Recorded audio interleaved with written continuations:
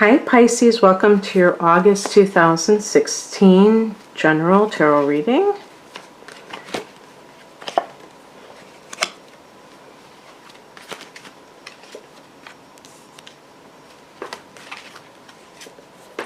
I was just thinking, I did Taurus and they had a lot of swords, and then the first three cards I picked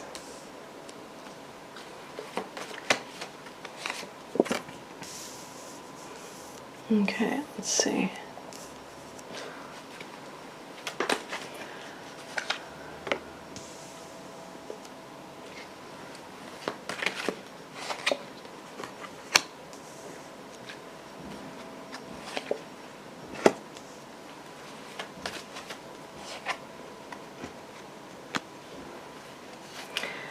Okay, so the overall energy is the Two of Swords.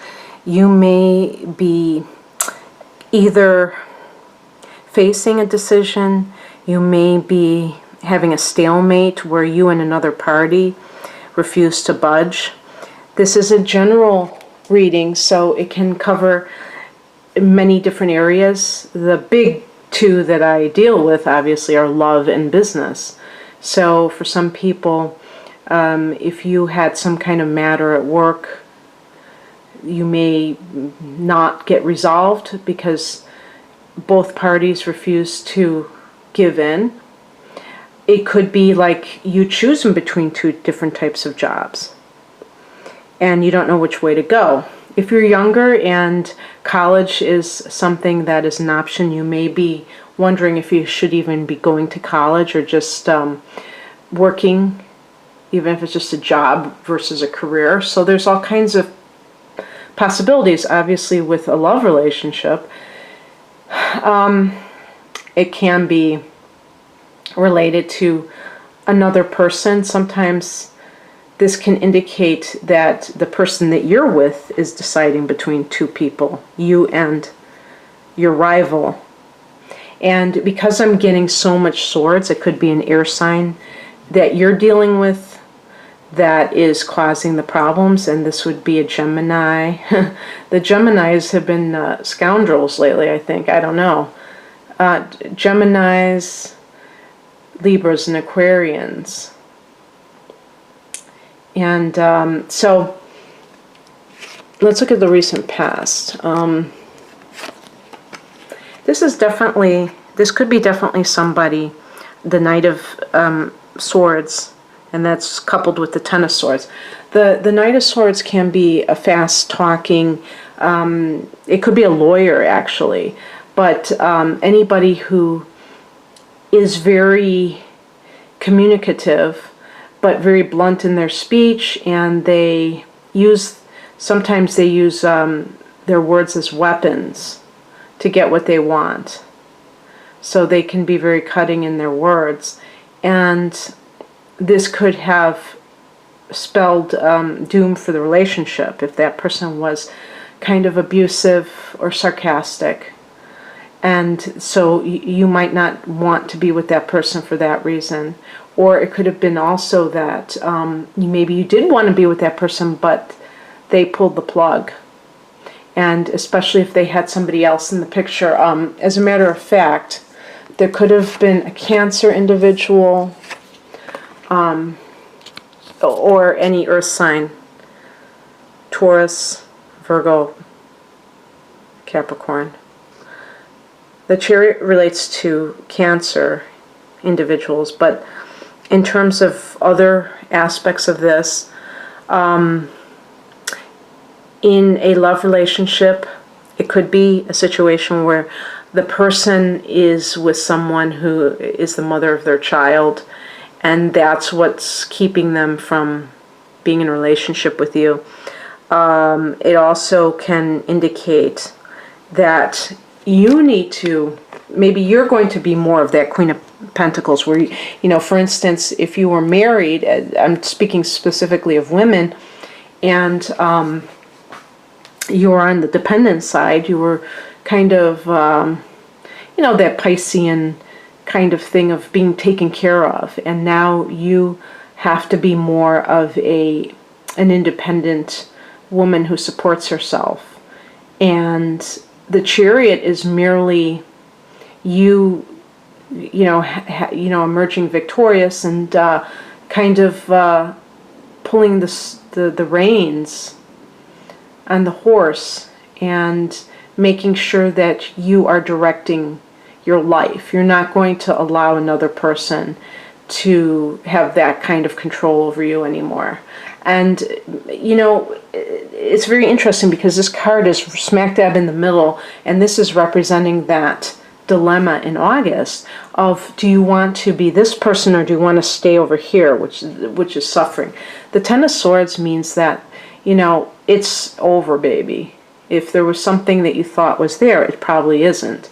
And in terms of work situations, it's also the Queen of Pentacles could also be dealing with, maybe you decide to do something, start your own business, and maybe you have gotten stabbed in the back on the work front, and yet you kind of cling to the illusion of security, but it's really over. You may even have a boss. Sometimes it can be that you have a boss that I think it's more like you being your own boss, to be honest with you. And because coupled with the Chariot, it's really about self-actualization, I feel, in a lot of ways. And this comes about when you do not allow yourself to be distracted by all of the stuff happening around you. The Chariot card also can relate to a choice. And so it's like, again, this is a turning point. What are you going to do? Let me just keep going, because sometimes it works out way better. The higher message is the Page of Swords. So I think in this context, it means being vigilant and aware of what is around you, not being naive, not being, that Pisces person who trusts in other people, who believes the best in other people. Sometimes it's better to think that, the world is a pit of snakes. That's what I feel, even though I consider myself a positive person. And that doesn't mean you have to treat people badly, but just that you don't automatically become gullible, because Pisces tend to believe sob stories and, you're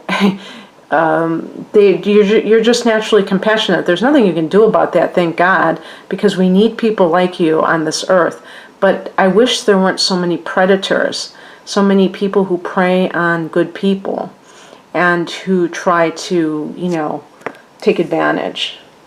But so it's about really checking out your sources, seeing things ahead of time in the future, like getting things in writing, not just believing everything you hear, and doing your own research. This is like this person is being a spy in a lot of ways, and it's not really, there's nothing illegal or immoral about it.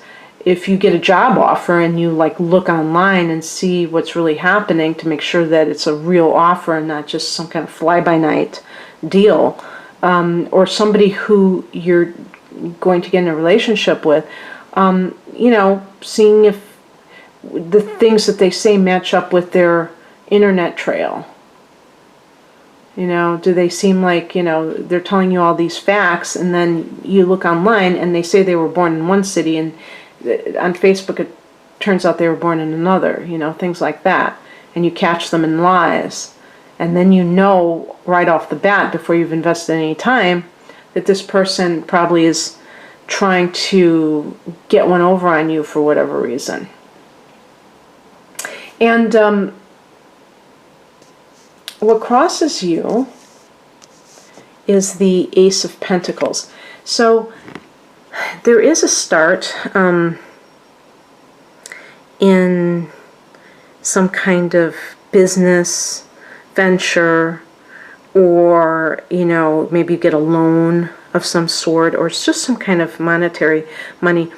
it could be, in the challenge position, it could be a little bit difficult. It could be something that trips you up. There is going to be a Mercury retrograde at the end of the month, so it might be one of those deals where you're expecting to get student, like, what do you call those, financial aid, and then at the last minute, it just, some of the paperwork is screwy, and you can't get it settled for a few weeks. It is it's a minor arcana, so it's just like a minor blip. But these things, I mean, this could be that you actually receive money. So you have to, and it could just be from a random, it's not random, spiritually, but something you didn't expect that just comes through. So in the challenge position, the only thing I can say is that there may be other things attached to it. For instance, if you're going through divorce and you get a settlement, well, the challenge is that you have to go through the divorce to get the settlement. Or you might see a delay with the challenge position. But it also could be that you receive an offer and you're torn. You don't know what to choose. And so that creates a lot of the agonizing. Or it could be also that, you meet somebody who's an earth sign and you want to be with that person, but you're still with somebody else and you don't know, should I do this, should I do that? The advice is this is like more of an internal attitude that you should adopt, which is the Eight of Cups.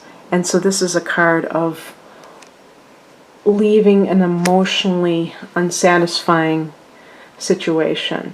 But as I always say, you have to be going towards something when you leave something else. If you just leave on a consistent basis, then you're just escaping and you're really not learning. You really don't have a vision. So you have to be able to have like a direction that you're going towards. And if you notice, some people, they go from one person to the next, and there's no sense of reflection. There's no sense of, it's just like this continuous revolving door of relationships. And so that's not what this card is. This is almost like a spiritual pilgrimage too.